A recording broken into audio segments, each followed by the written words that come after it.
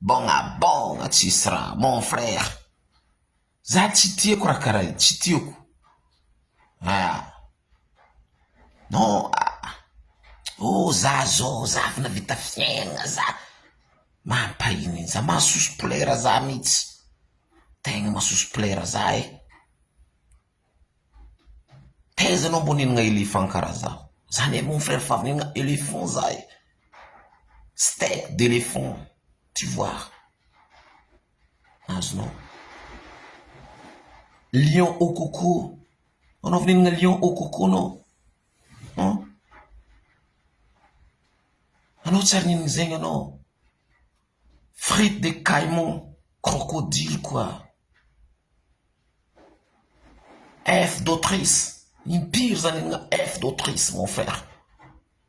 Et toi là, bongabonga navita fiainana. Na zèbre raiky tsy ary nohaninao. Za fa avy ninana cuisse de zèbre. Azonao. Anao tsy ary ninana zegny anao. Anao fa mivolagna anao bongabonga navita fiainana anao. Asy. Efa firy fosa laninay. Zay fa avy ninana fosse. Azonao. Efa maro. Hippopotame. Les goûts d'hippopotame mon frère. T'oses même pas y penser mon frère.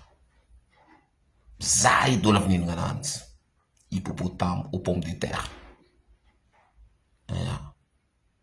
Anao tsy ary ninana zegny anao bongabonga vita fiainana o za zao non.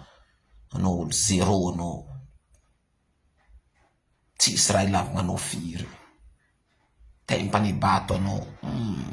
Za ialanao za mon frère e.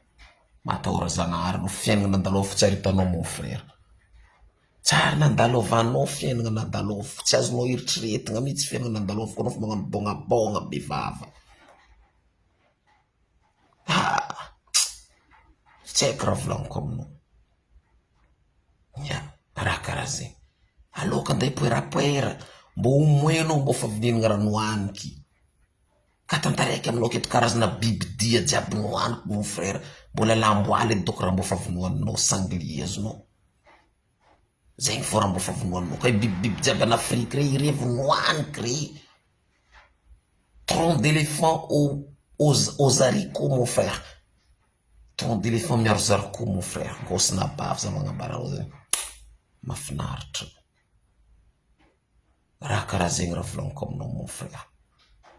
Tagnatin'ny eritreritrinao zany igny zegny tsisy raha sérieux raha volagniko aminao. Matahotra Zanahary.